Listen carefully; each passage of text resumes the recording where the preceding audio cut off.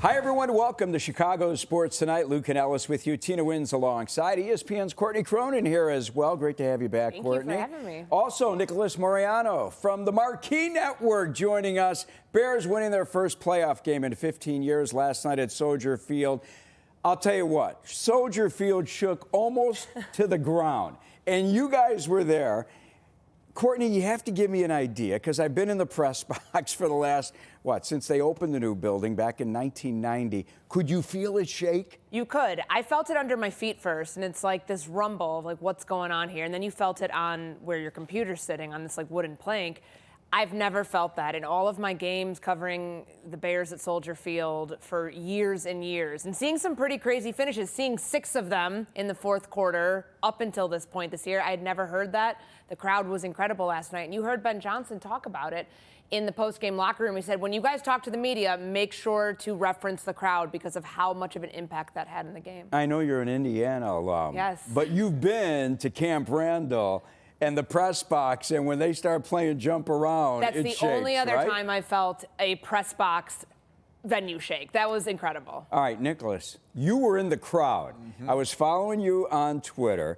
Give us an idea of what it was like out there with all the other Bears fans. Well, if you felt it in the press box, Courtney, you could definitely feel it in the stands where, you know, I have Packers fans in front of me, Bears fans all around, but it was shaking. It was lively, and when they took the lead, I've never felt Soldier Field that exploded that much of energy. It was amazing. Unbelievable. All right, the Bears believe as a team they feel like they always have a shot. I mean, you just can't count this team out. And after the game, Kevin Byard and Ben Johnson shared a cool story about how that team belief was built.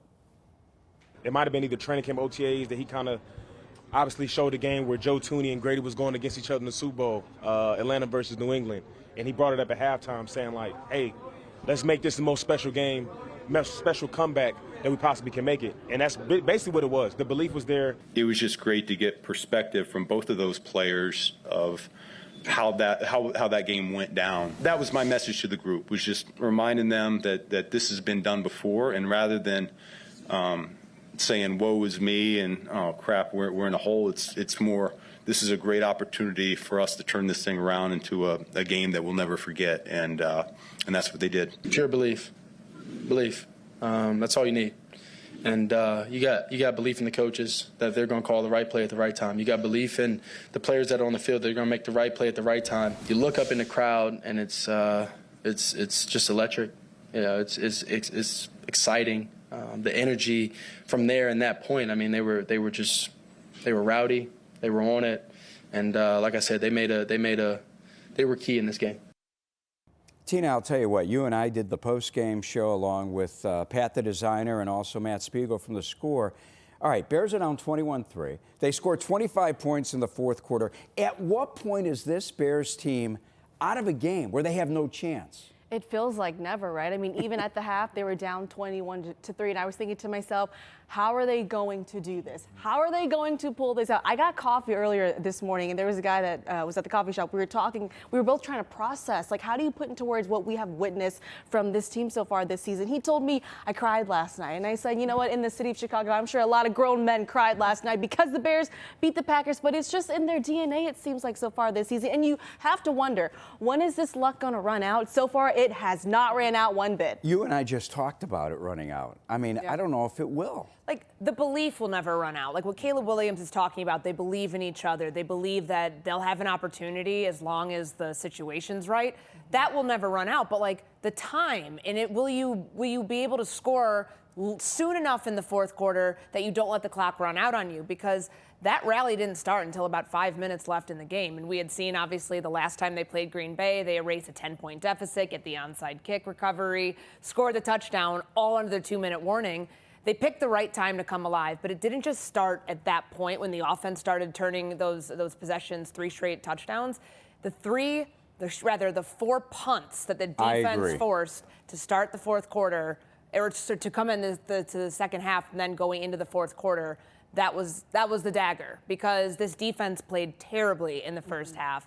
whatever adjustment Dennis Allen made, and obviously they got more pressure on Jordan Love, it started on that first possession where they go 3 and out, and that was Green Bay starting to see the lead slip away. Do you guys agree with Courtney? Because of what I wanted to get into is who's responsible for the comeback? Was it the defense? Was it Caleb Williams? Was it Colston Loveland, who had so many big grabs? What do you think, Nick? I think it starts with the defense. When you force those 4 punts, 3 being 3 and outs, I think that sets the tone for the offense and what they're able to do. And then they're getting in their element, right? The Bears like being in that situation for whatever reason because they know they can come back. But it did start with the defense because they didn't allow the lead to extend at that point. They kept it where it was at, 21-3.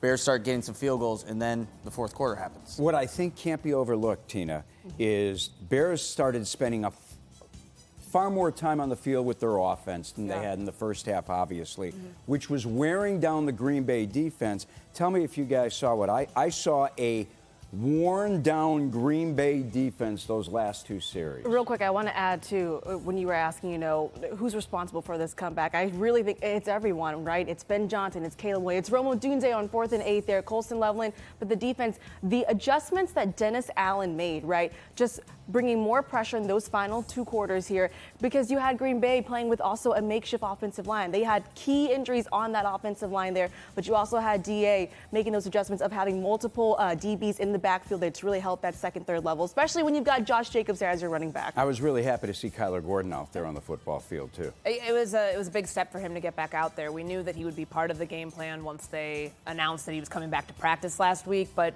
it's a good sign when you have Devontae Adams and Puka Nacua coming to town that your secondary looks like it's getting healthy at the right time. Where does the pass to Odunze rank? Oh my gosh. I mean, he's not even, like, when you talk about off-platform passes, like, he's floating in the air when he throws that. He made the Jordan logo. That's incredible. I love seeing, like, people put the Jumpman logo over him. But for him to make that pass, for Rome to catch the ball as he's getting trucked out of bounds, like, I thought the 46-yarder in overtime a couple weeks ago was the best pass of his career so far. That one tested. The Packers fans that were right in front of me when they saw that, it just looked like they had died. Right? It was not a good scene for them when that happened. Tina, are we seeing Colston Loveland quickly turning into a Travis Kelce, Rob Gronkowski type tight end? I mean, those 2 guys have a championship caliber resume there, but from what we've seen so far from Colston Loveland, year 1 in the NFL, he's become someone that Caleb Williams really trusts, especially on those criticals down. He's got size, he's got strength as well. It's a bright future. Great that Chicago has him. I think he's, 21 years old. I think his birthday's coming up. He's got a lot of growing to do. Hold on. I think we know what that is. Thank you, Fitz. There we go. Cheese grater. This is what rivalries are made of. That's it.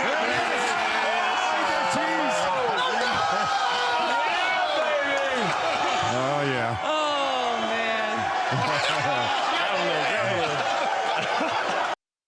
Everyone's having a good time. Our Bears discussion brought to you by High Definition by Xfinity. Introducing the 5-year price guarantee. One consistent internet price for the next 5 years guaranteed.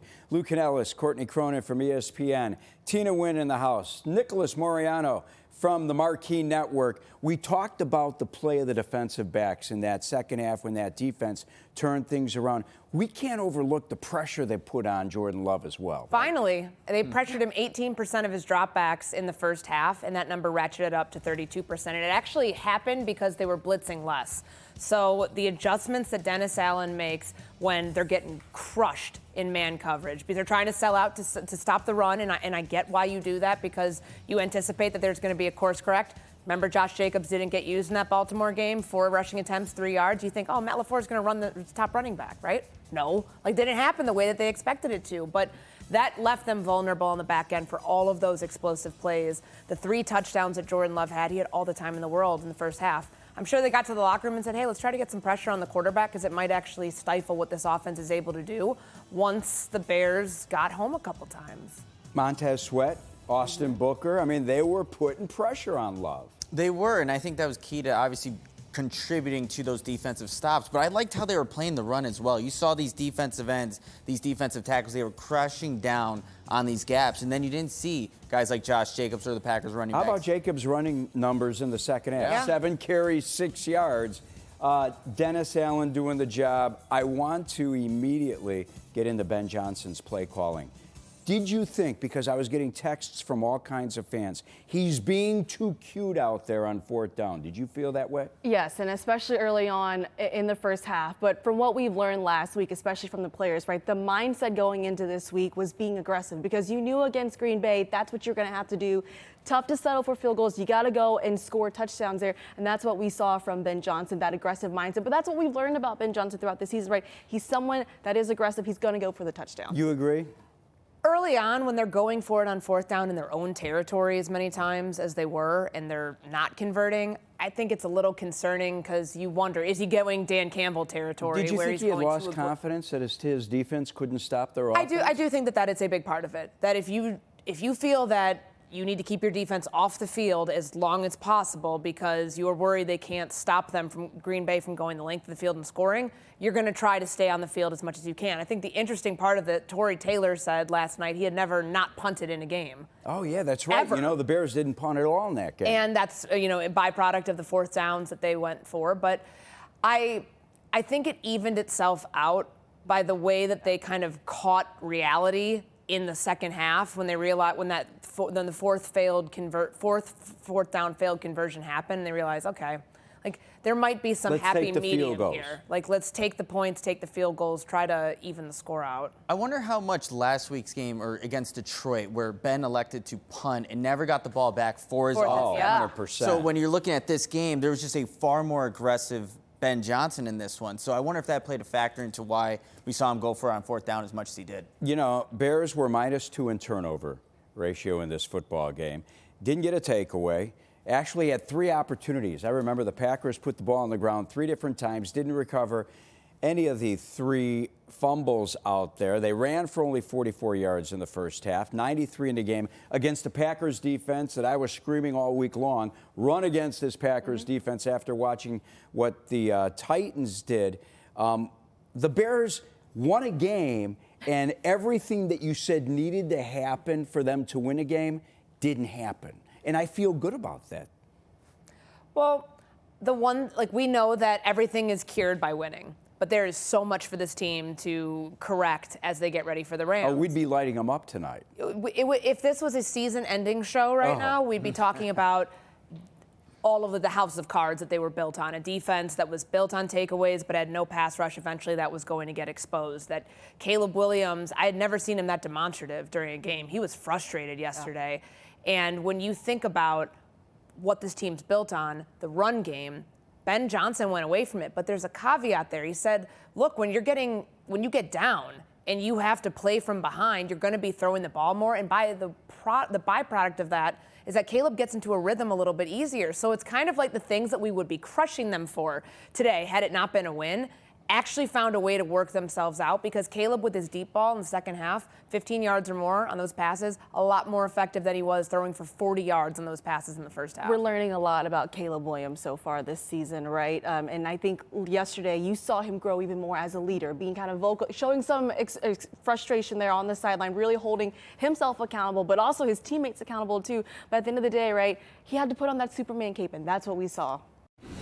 Without question, it was the biggest Bears celebration at Soldier Field since they won the NFC Championship over the Saints back on January 21st of 2007. That win sent the Bears to the Super Bowl. This game against their hated rivals, who were chirping all week long. And Keyshawn Nixon, all the guys talking. Even the DC was kind of talking about telling the media in Green Bay that we're going to see you next week. So we heard that loud and clear. And like I said, man, just a hell of a win for this city. There's probably a little bit more noise coming out of their building up north to start the week, which we heard loud and clear, players and coaches alike. So this one meant something to us. They wanted us. That's what I heard. They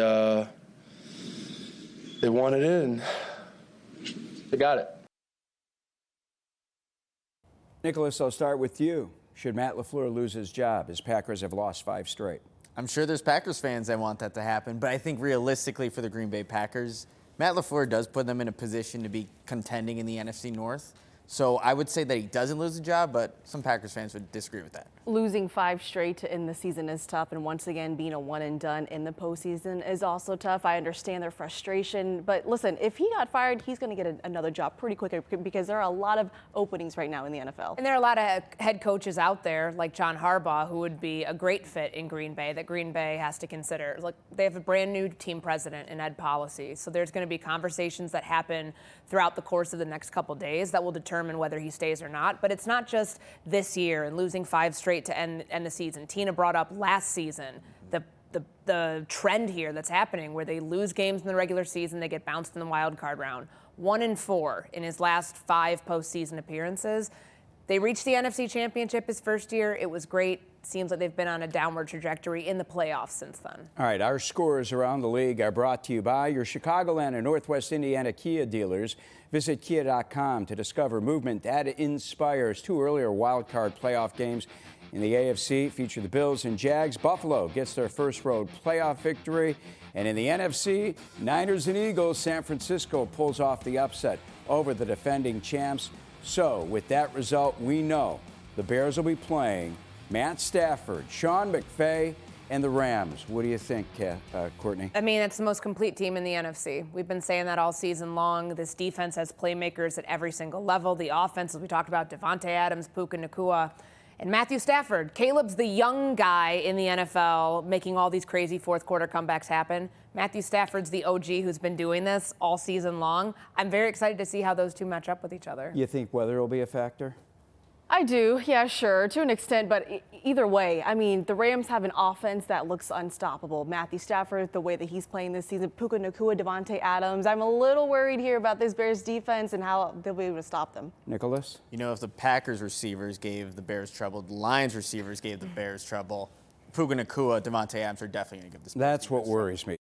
Welcome back, and while the Bears were pulling off that miraculous comeback, the Cubs went out and spent $175 million on Alex Bregman. Nice pickup, right? Yeah, I think that they did that because at the time it happened, the Bears were losing, and they were trying to give the city a little bit of good juju. But the domino effect here, what happens to Matt Shaw? Are they completely out now on Kyle Tucker? What are they going to do with Dansby Swanson? Like, the questions that came from that signing only make the offseason that much more intriguing. Yeah. He's someone that contributes at a high level on offense and defense, brings leadership. He's a proven bat. What does happen with Matt Shaw, too? He's dealt with injuries this past season, so will his production hold up? That's what I'm most curious about, too. Look, a right-hander, 3-time All-Star. I think Cubs fans just wanted to see something happen. They made something happen last night. Good luck to your IU Thank Hoosiers. you. Thank you. I'm very excited. I know you lost your voice cheering for your Hoosiers. That pick six got me. Yeah. That was early in the game. That is it for Chicago sports tonight.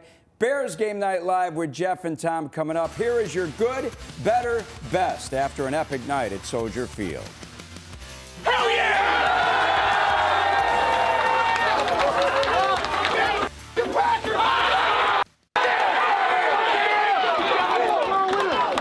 4th and 10.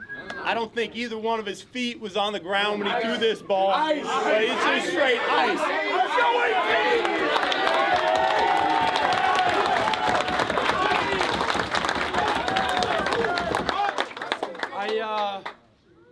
I said last night, you make your money in the regular season, but in the postseason, legacy, your name, everything, and so that's us. That's us. It's not me. I'm not, obviously, game ball or whatever. That's us. Us. I want to keep going. We have to get better. All right. We have to start. We have to be on the details. We have to execute. Penalty, all of that to be able to get where we want to go. And I want to be here. I want to do this with y'all. 15 years, they said. It's the, haven't beaten, Green Bay or whatever since whatever, right? Talk heavy. Look at this guy right here. First playoff win. Everything he's done for us as a coach, everything the other coaches have done for us. And it started with him, with bringing in everybody and all of that, right? And for me personally, he's been, get emotional. For me personally, he's been monumental in my life so far. Yeah. And,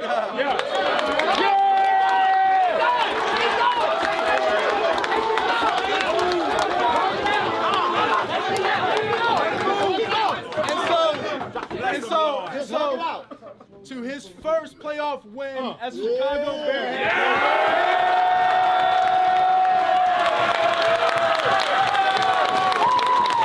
Man, I'm so proud of you guys. To do what you just did, I said it at halftime, right? This is one that you'll never forget. Yes, sir. This is one you'll never forget, all right? Bring it on in. Bring it on in.